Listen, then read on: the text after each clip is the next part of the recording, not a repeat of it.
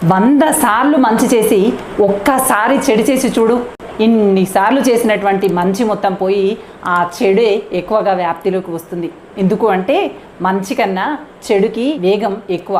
మంచి సాధించాలంటే కొన్ని రోజులు గడవాలి, కానీ చెడు మాత్రం క్షణాలలో ఆవరిస్తుంది, మనల్ని అందరి ముందు చులకన చేసి చూపిస్తుంది.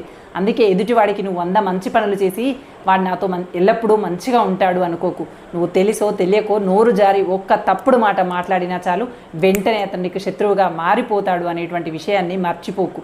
ఎన్ని మంచి పనులు చేసినప్పటికీ ఆ మంచి పనులన్నీ ఒకెత్తైతే నువ్వు చేసినటువంటి ఒకే ఒక తప్పుడు పని వీటన్నింటినీ తుడిచిపెట్టుకుపోతుంది అనేటువంటి విషయాన్ని మర్చిపోకుండా జాగ్రత్తగా వ్యవహరించు. ఇన్ని మంచి పనులు చేశాను కదా, ఈ ఒక్క చెడు పని నన్ను ఏం చేస్తుందిలే అనుకునేటువంటి నిర్లక్ష్యం అస్సలు వద్దు. మొక్క ఎదగాలి అంటే సంవత్సరాలు పడుతుంది, కానీ అదే మొక్కని వేళ్లతో సహా తీసేయాలి అంటే క్షణకాలం చాలు.